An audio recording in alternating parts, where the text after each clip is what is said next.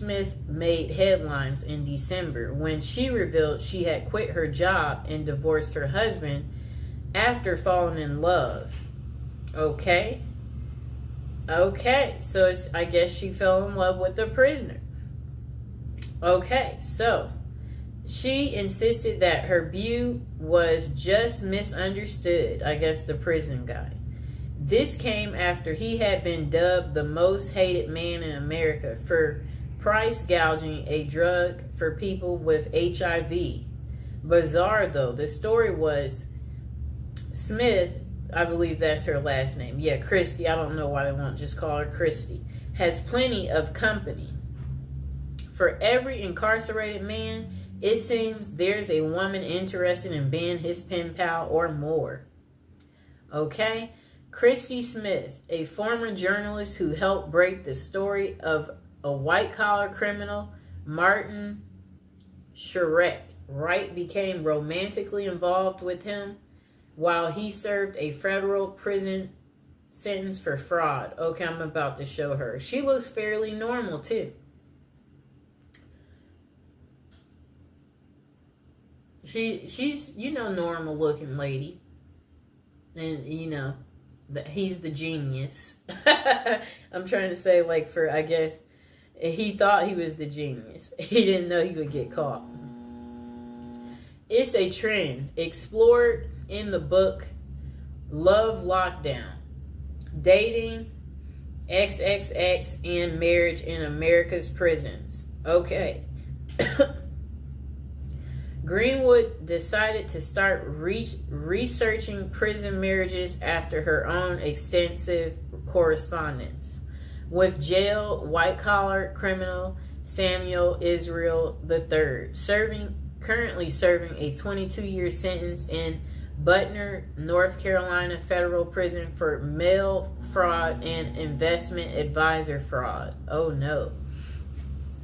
Some of this, it does make you wonder, how do these people get into committing these crimes? Or what? How does it start? What, do you get away with one thing and then it makes you think, oh, I could do that again and get away with it, and then you keep getting comfortable enough, you get so comfortable that you keep on, and then you eventually leave footprints. Okay, so this guy, I guess his name is Israel, it said he had faked his death by staging a suicidal plunge off the Bear Mountain Bridge in upstate New York in June 2008. He turned himself in to the feds 3 weeks later, and Greenwood reached out to him whilst researching her first book, Playing Dead, about people who fake their own deaths or disappearances. They have stayed in touch for 7 years, corresponding frequently, although they have never met. Quite interesting, right, people? I think we know people like this, where you're online friends, and for whatever reason, y'all stay in touch. I don't know what that's about, why people want to do that. Because it's I don't want to do it, so I don't know why people want to do it. Okay.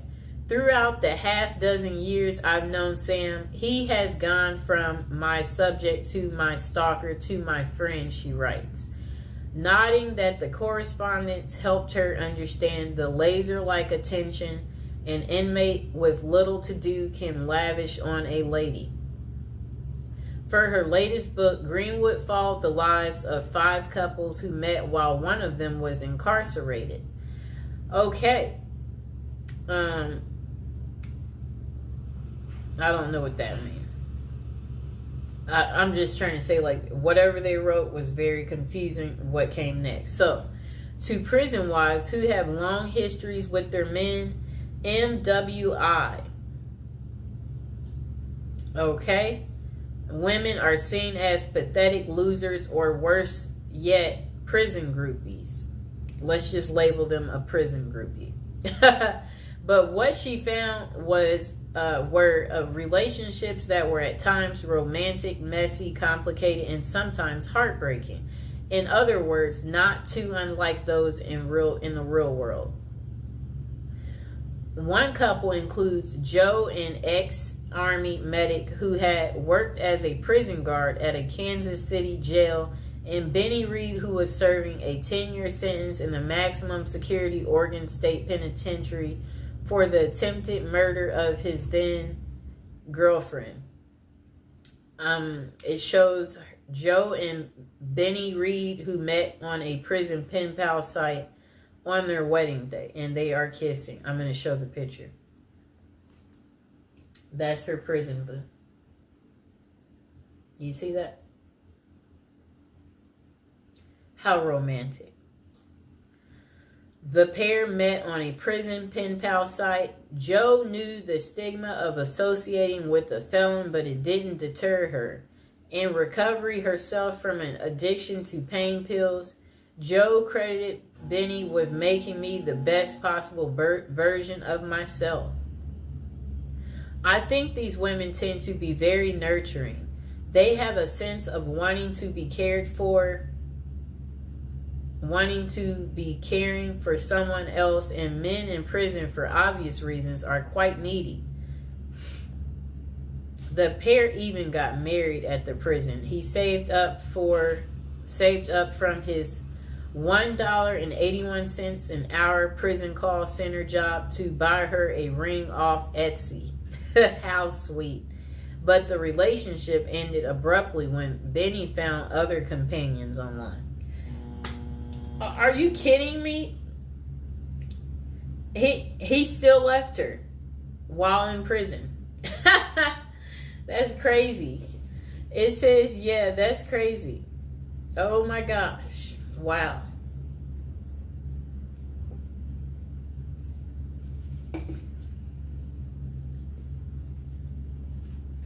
I'll reread that part for you. The pair had even got engaged at the prison. He saved up from his $1.81 an hour prison call center job to buy her a ring off Etsy. But the relationship, it ended abruptly when Benny found other companions online. Wow. Even in prison, they cheat and they're greedy. Just why do women fall for imprisoned men?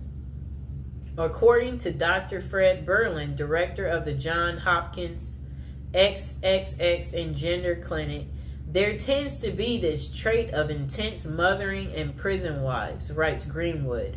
I think these women tend to be very nurturing. They have a sense of wanting to be caring for someone else, and men in prison, for obvious reasons, are quite needy.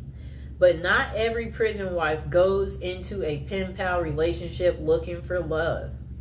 Sheila Rule, a longtime foreign correspondent for New York Times, met Joe Robinson while doing volunteer work for a prison ministry. She was corresponding with more than a dozen inmates when a compelling letter came from Robinson, an East New York native serving 25 years for murder. Now, I have to look at this close up. I guess she was really lonely too. Okay, I'm looking at them. Oh, how are they in bed together? They must. She must like spent that one weekend day with him. This is funny. He has on regular clothes. Let me show the picture. Yep, she met him during her volunteer. Okay, so look. That lady I showed you, Sheila, a longtime foreign correspondent for New York Times, met Joe Robinson, the guy that you saw there, while doing volunteer work for a prison ministry. She was corresponding with more than a dozen inmates when a compelling letter came from Robinson, an East New York native serving 25 years for murder. As a pen pal, he was looking for a young lady, and Rule, who had been married twice, was in her 50s, 20 years his senior. She let him down and flat out told him that she couldn't be his companion but could be his friend. For a year, The two exchanged letters that were deeply vulnerable but very flirtatious. In 2003, he convinced her to visit him in person, where the relationship switched from friendship to romance. And they wed in 2005. That's 2 years later, after he convinced her to visit him. They've now been married 15 years, 12 of which Robinson was in prison. She says the marriage is happy and familiar, like an old shoe. That's so funny. Like, it's like a shoe. Still, Rue initially told few people about the relationship. When she decided to tell a friend she thought was progressive, the friend asked how she could be with someone charged with murder. I'm not marrying Joe's past, she told the friend. I'm marrying the person he's become. Do you like her excuse? So that's the end of Terrible Crimes. How it couldn't stop these ladies from marrying men behind bars. I hope you guys liked the video. Don't forget to like and subscribe. Let me know, are you enjoying the prison series? Is it very lovey-dovey? Is it giving